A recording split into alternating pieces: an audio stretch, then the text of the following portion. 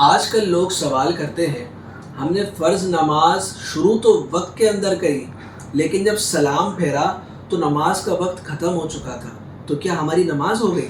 تو اس کے متعلق عرض یہ ہے، لائک ایز ظہر کی نماز ہم کسی وجہ سے لیٹ ہو چکے ہیں اور ہم نے کیا کرا، 5:14 پر نماز اسٹارٹ کری، 5:15 پر نماز کا وقت ختم ہو رہا ہے، تو اب ہم نے اللہ اکبر کرنا ہے، فرض کی نیت سے صرف فرض پڑھنے ہیں اور اللہ اکبر کہہ کر ہاتھ باندھ لینے ہیں۔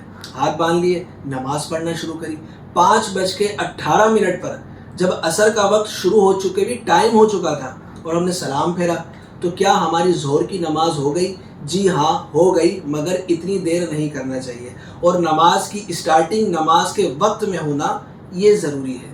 اچھا، اس کے بعد عصر کی نماز بھی ہو جائے گی، اس طرح مغرب کی بھی ہو جائے گی، عشاء کی بھی ہو جائے گی، لیکن فجر کی نماز وہ نماز ہے کہ جو اس کے وقت کے اندر ہی شروع کرنا اور اس کے وقت کے اندر ہی ختم کرنا بھی ضروری ہے۔ اگر فجر کی نماز ہم نے ختم کری، سلام جب پہرا فرض کا اور فجر کا وقت ختم ہو گیا تھا، تو ہماری نماز پہلے ہی ٹوٹ چکی اور ہمیں نماز بعد میں قضا کرنی ہے۔